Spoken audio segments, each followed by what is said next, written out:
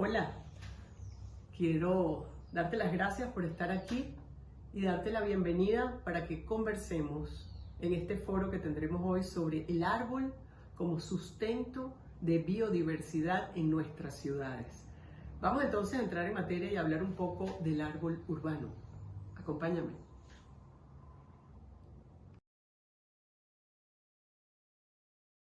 En esta primera entrega del árbol como sustento de biodiversidad urbana, por supuesto, vamos a hacer una breve reseña sobre el árbol urbano. El árbol urbano, o ese árbol que tenemos en nuestras ciudades, debemos entenderlo como un árbol que muchas veces estuvo allí antes de la ciudad. Por eso es que hay muchos autores que dicen que no se debe hablar de árbol urbano, con lo cual no estoy de acuerdo.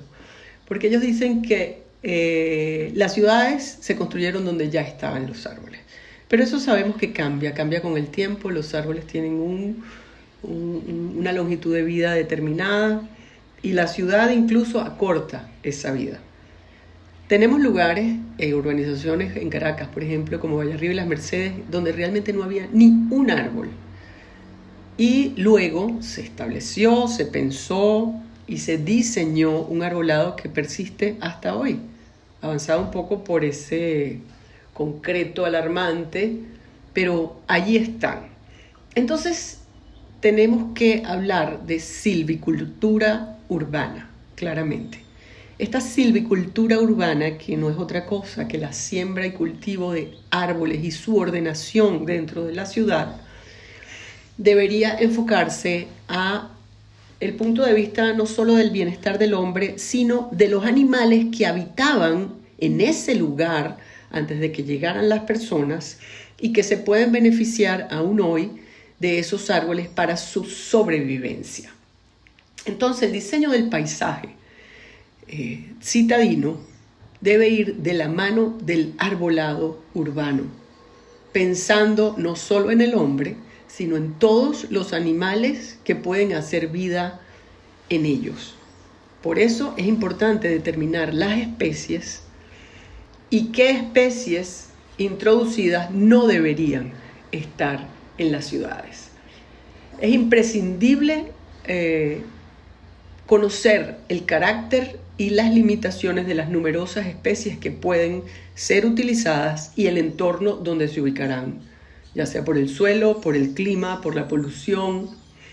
¿Por qué? Porque el árbol urbano va a sufrir como un animal en una jaula, es una manera de compararlo.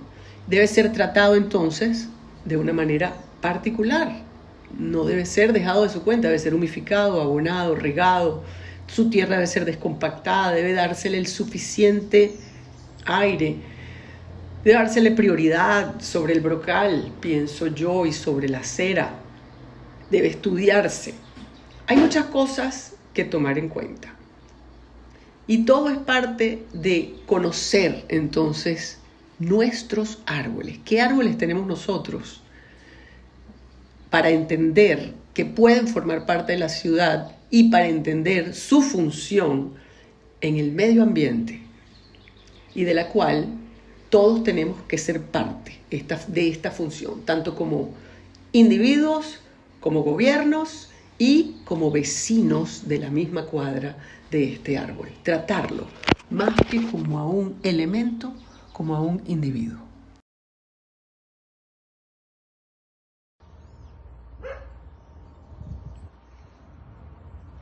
Hola, en esta segunda entrega vamos a hablar sobre un árbol para preservación de la biodiversidad. ¿Tú has visto todo lo que ocurre en un árbol? Te invito a que veamos lo que ha ocurrido en este árbol.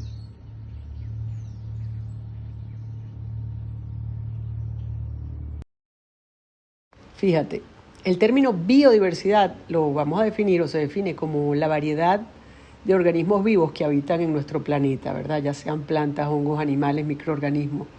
Pero vamos a referir esto a un árbol. Yo quería que hiciéramos ese ejercicio. En el árbol de tu cuadra, en tu jardín, en el parque frente a tu edificio, están ocurriendo cosas. Y para ilustrar esto, yo quería simplemente traerles una lista de lo que he podido observar en un samán que sembré hace 21 años y que ya es un árbol maduro y lleno de vida. Mira, Hormigas, más de 10 especies. Abejas y avispas he observado más de 6 especies. Arañas, al menos 8 especies que yo haya visto, probablemente hay muchas más. Escarabajos, al menos 10 especies. Mariposas, más de 10 especies. Aves, más de 30 especies. Reptiles, más de 8 especies. Mamíferos, más de 4 que yo haya visto. En total, a lo largo de un año, más de 80 especies hacen vida en un samán de mi casa. Ese samán provee hogar, refugio, alimento a través de sus hojas, de sus flores, de su néctar, de su polen, de su fruto, de sus semillas, en su musgo, en los líquenes, en la materia orgánica que él pues desecha, pero al final no es un desecho porque es aprovechada por otra. Por supuesto, ese samán no puede sustentar solo a todos esos animales. Ellos necesitan de otros árboles a lo largo del año para cubrir sus necesidades. Pero algo está clarísimo, sin árboles ninguno de estos animales existiría. Esta lista es extensa. Nosotros en un Global Big Day que hemos hecho aquí en mi casa hemos visto más de 42 especies en un día, en una mañana, en mi jardín, las cuales todas de una manera u otra pasan por el samán, a menos que sean garzas, zamuros. El caso es, ¿te has dado cuenta cuántos animales silvestres hacen vida en un árbol que tengas cerca? Ojo, en un árbol maduro. Cada árbol es un sustento enorme de biodiversidad.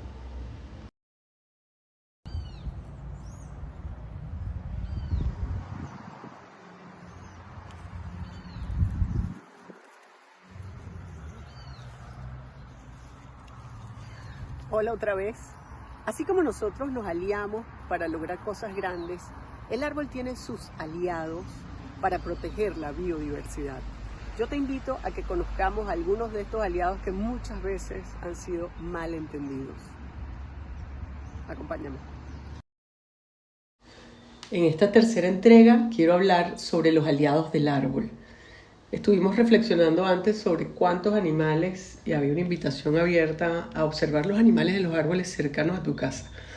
Y quiero ahora que observes qué especies vegetales cohabitan en un árbol adulto que tengas en tu jardín o en tu casa. Nosotros podemos descubrir en un árbol adulto orquídeas, bromelias, helechos, musgos, líquenes, cactáceas de muchísimos tipos que hacen vida sobre él y se sostienen en el árbol, digamos, lo utilizan como, no son parásitas, ¿ok?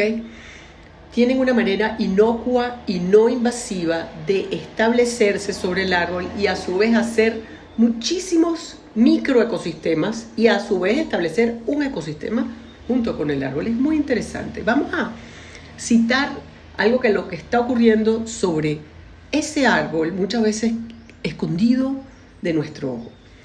En las bromelias podemos ver las ranas atrincheradas en esos antros centrales y en las hojas laterales donde hay agua colectada, donde ellas están esperando que lleguen insectos a poner huevos o a tomar o para cazarlos, ya sea mosquitos, no necesariamente los que nos pican, los Aedes aegypti, aunque esos también les sirven de alimento. Hay muchos tipos de mosquitos que bajan al agua de las bromelias y en este sentido también vamos a ver muchísimas veces o casi todo el tiempo, a menos de que limpiemos nuestras bromelias, vamos a ver que arañas, montones de arañas y arañitas de todo tipo, no solo viven pegadas de las hojas de las bromelias, sino que tejen intrincadas redes sobre la bromelia y entonces esos insectos que lograron entrar de alguna manera, cuando van a salir de las larvas, por ejemplo, se pusieron los huevos, pero llegó la araña y cuando va a salir de la larva o emerger el mosquito, queda atrapado en esa red. Igualmente los mosquitos que vienen a poner huevos, entonces quedan atrapados en esas redes. Entonces, muchas veces tenemos un sentido equivocado de que la bromelia es enemigo de la ciudad, es enemigo del ecosistema, de que trae los mosquitos malos, hay que fumigar. No, eso no es así. Todo lo contrario. Si tú tienes una bromelia sana y la dejas que actúen sus arañitas, tú vas a tener un control absoluto sobre todos esos vectores que además no solo alimentan arañas y ranas. Tú sabías que los colibríes, su principal fuente de proteína son los mosquitos. Mosquitos, mosquitas de fruta. Es inmensa la cantidad de animales que pueden hacer vida con estos aliados del árbol maduro. El musgo que rodea las áreas húmedas del árbol está lleno de vida microscópica. Hay coleópteros que se crían allí, otros artrópodos, líquenes, alacranes. Muchas veces no queremos ver los alacranes, pero los alacranes comen chiripas, comen cucarachas, comen insectos de todo tipo. Los líquenes que vemos como manchas grises en la corteza de los árboles no son malos. Tú sabes que los líquenes son bioindicadores de pureza del aire. Si el aire es puro, crecen los líquenes, si no, no. Entonces, yo te invito. Podríamos estar días hablando de todo lo que ocurre en las ramas de un árbol maduro y toda la vida que éste está sustentando. Esa es la maravilla de la diversidad del trópico. Te invito a sembrar orquídeas, bromelias, helechos sobre un árbol, en tu casa, sobre una pared de piedra. Y de esta manera vas a ampliar enormemente y a ayudar a la biodiversidad urbana. No temas, no hay ningún peligro en hacerlo. Es un mijao. Y la pregunta que nos hacemos a veces en la casa es, ¿cómo llegó a la casa, al jardín, este pequeño mijao? La respuesta es sencilla. Esto es un corredor de vida. Vamos a hablar de eso.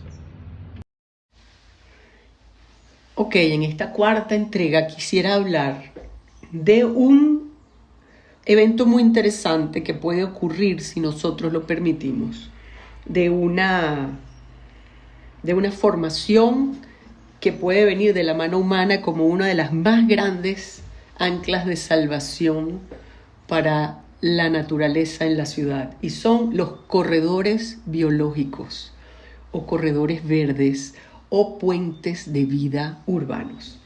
Los corredores verdes son franjas o áreas que conectan dos o más regiones dentro de la ciudad. Pueden ser franjas estrechas de vegetación, arbolado urbano, áreas verdes, jardines, bosques que van a la ribera de quebradas. Muchas veces hemos visto en internet túneles por debajo de las carreteras. Vegetación remanente o bosques naturales. Su mayor valor va a radicar de estos corredores biológicos en mantener la conectividad entre las áreas verdes diversas de la ciudad. ¿Para qué? Para evitar el aislamiento de las poblaciones animales. Los corredores biológicos empezaron a tener mucha relevancia en el mundo desarrollado para la conservación al observar que las poblaciones disminuían en número y especies en las zonas aisladas. Entonces, ese principal objetivo, como dijimos al principio, es mantener la diversidad biológica, disminuir la fragmentación de los hábitats y mejorar la conectividad entre paisajes y ecosistemas. También eso que podemos llamar como mantener la continuidad de los procesos biológicos, es decir, permitir que los animales se dispersen y lleguen a lugares mucho más lejanos del sitio en el que nacieron. De esta forma no solo se evitan las extinciones locales de muchas especies, sino que se previene la endogamia, que es el cruzarse con animales o con individuos de su misma familia.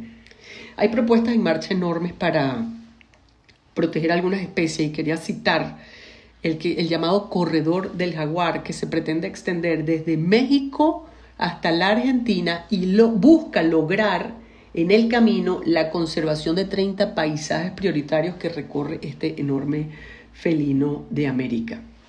Yo pienso que cada comunidad debe responsabilizarse por el bienestar de su biodiversidad, pero para eso obviamente tiene que haber conciencia. Y para esto el árbol adulto juega un papel imprescindible.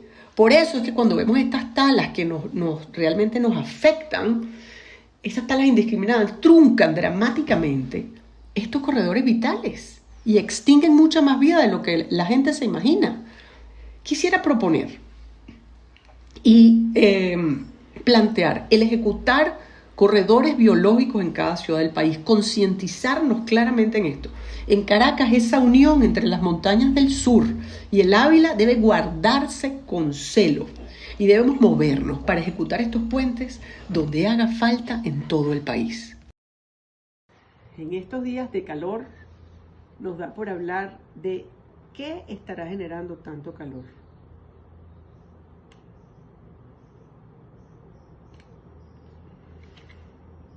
Vamos a hablar de calentamiento global versus calentamiento local. Eso es un temazo. Ok, vamos a probar esta pistola térmica en 3 superficies. En la piedra expuesta al sol, la grama expuesta al sol y la grama bajo la copa del árbol.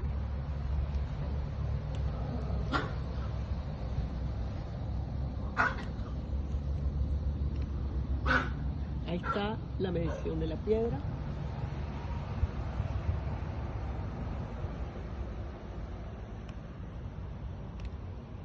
La medición de la grama.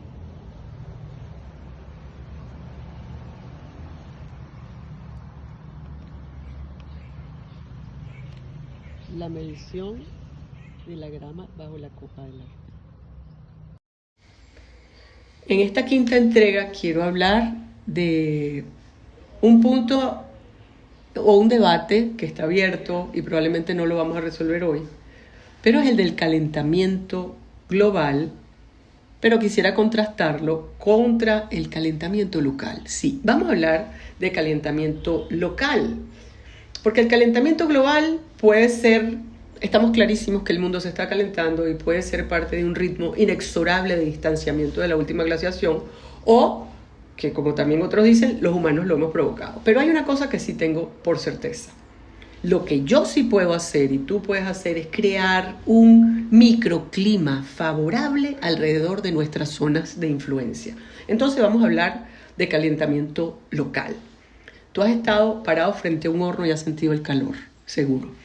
O frente a una nevera abierta y has sentido el frescor y has querido quedarte allí. De eso se trata, la regulación local del clima a través de la copa de los árboles y de la cobertura natural del suelo como grama, pastos, vegetación o vegetación arbustiva baja, ¿no?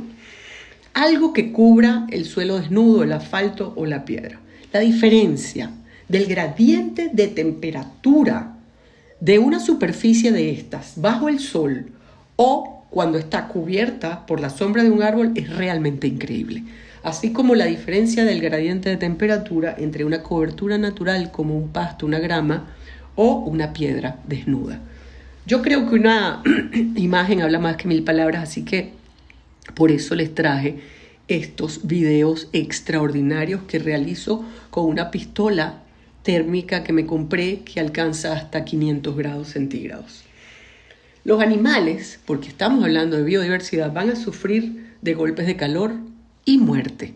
Como veterinario les puedo decir que he presenciado esto múltiples veces y es algo devastador. Es algo devastador ver cómo las abejas no pueden con la sed, cómo los insectos se mueren, cómo un mamífero alcanza un evento terrible que se llama hipertermia irreversible. Y ese calor intenso hace que todos sus sistemas empiecen a apagarse y no lo puedes sacar de allí. Se muere. No hay manera. Se muere. Entonces, la biodiversidad se ve afectada directamente por el ambiente urbano, por esa isla de calor, como hemos llamado a las ciudades, porque generan una temperatura definitivamente mucho más elevada, el concreto, el asfalto, el parque automotor, las industrias. Pero sí tenemos en nuestras manos la posibilidad de protegernos del abrasador calor tropical que vivimos en Venezuela y que calcina todo el año, no importa dónde estés. La biodiversidad va a beneficiarse del arbolado urbano. Vamos a enfocarnos en esto. Sí. En esta sexta entrega quisiera que habláramos de qué es lo que nos conviene en nuestro arbolado urbano. Algo como un monocultivo, árboles del mismo tipo todos, o una diversidad que tenga que ver más con nosotros. Vamos en esta sexta y penúltima entrega a hablar de un poco de lo que son nuestros árboles, y esto lo he querido titular monocultivo versus diversidad dendrológica. ¿Qué vamos a utilizar para preservar la biodiversidad en nuestras ciudades? ¿Qué veo cuando yo paso con mi carro por cualquier autopista que tenga bosques cercas en Venezuela? Yo veo una gran diversidad de árboles, a menos de que yo esté en el páramo o en un país que no sea tropical, donde ves el mismo árbol repetido y pegado 1.000.000 de veces. En los bosques de mi país voy a ver una gran diversidad de árboles. Aquí en Venezuela podemos ver pocos monocultivos. Generalmente cumplen algún propósito específico, pues contener un talud de tierra o en uberito, o el cultivo de pinos para la pulpa de papel, etc. Pero si no es lo común ni lo natural, ¿qué es lo que más nos conviene? Yo creo que definitivamente la diversidad dendrológica. Venezuela es un país que va un poco más allá de ser biodiverso. Venezuela está catalogado de entre los 17 países del mundo megadiversos. Y el criterio principal para determinar que un país es megadiverso es el endemismo, es decir, las especies endémicas que son exclusivas de un país. Esta clasificación de países megadiversos puede servir para que tomemos conciencia y protejamos la biodiversidad, concretamente en los países donde es más abundante, porque paradójicamente en esos países también en ocasiones es muy frágil. Si yo tengo un país megadiverso en fauna y en insectos también, no solo en árboles, porque dendrológicamente Venezuela se encuentra en el 5º lugar mundial en especies de árboles. Árboles, no matas, no insectos. 5º lugar mundial con 4.812 especies de árboles. Somos el 5º. Entonces, si tenemos un país megadiverso, dendrológicamente hablando, o en cuanto a árboles, yo creo que yo tengo que sembrar en las ciudades diversidad de árboles, porque estos árboles megadiversos son los que van a sustentar a estos insectos, a estas aves, a estos mamíferos. El reto que me he planteado es el de dar a conocer y establecer en cada comunidad lo que yo he querido llamar la cadena melífera.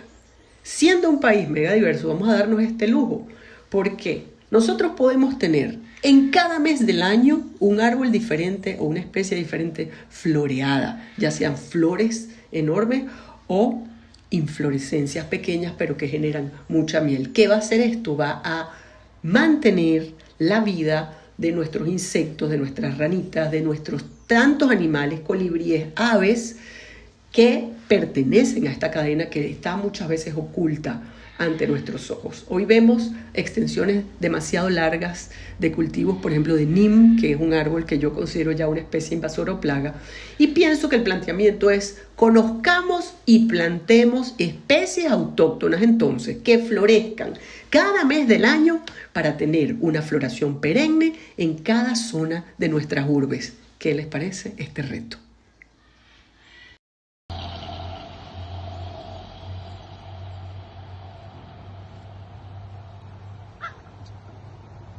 Nos queda entonces decidir cómo proteger a estos héroes de la vida que son nuestros árboles. Hay muchas maneras, pero definitivamente hay algunas cardinales. La importancia de un árbol adulto, porque este es hijo de ese árbol, pero no sabemos cuánto puede sobrevivir. Esta última y séptima entrega la quise titular ¿Cómo proteger a estos héroes de la vida que son los árboles? El árbol adulto, ya hemos visto a través de estas 6 entregas, es un enorme reservorio de vida y de diversidad biológica. No solo beneficia a los animales que en él habitan, sino a todo ser humano que vive en sus cercanías. Generan oxígeno, reducen la contaminación sónica, la polución, absorben el carbono como los mayores sumideros de carbono del planeta. Y tal vez su más grande aporte para la ciudad, en este caso que estamos hablando del arbolado urbano, es bajar notablemente la temperatura ambiental. Yo creo que lo principal a entender es que crecer toma tiempo, muchos años, y que el árbol cortado no será sustituido por otro igual a él, sino al paso de unos larguísimos 20 años o más. Nuestro mejor aporte, entonces, oigamos bien, es el de conservar a toda costa nuestros árboles adultos. Debemos entender y hacer entender al mundo que nos rodea que un árbol adulto vale muchísimo más que una acera o que un brocal. Que ningún árbol recién sembrado podrá tener un nido o alimentar miles de ardillas, abejas. Un árbol joven nunca podrá suplantar a uno adulto, sino a través de muchísimo cuidado, de una larga espera, si es que no muere en la víspera. ¿Qué es lo prioritario? Lo prioritario es conocer y dar a conocer. Porque yo solo puedo enseñar lo que sé, yo solo puedo amar aquello que conozco y yo solo voy a proteger aquello que amo y que es parte importante de mi vida. Definitivamente Dios nos ha puesto como administradores de la creación y así nos los hace saber en el Génesis. Vamos a ponernos a tono con esto. Vamos a ponernos el reto de conocer cada día un nuevo árbol de los que me rodea. Ese es el reto, conocer, para poder dar a conocer. Cada día un nuevo árbol de los que me rodean, para darlo a conocer a otros y llenar nuestras ciudades de nuestro verde, nuestros cantos, nuestras flores y nuestra biodiversidad. Gracias a todos por participar en este maravilloso foro.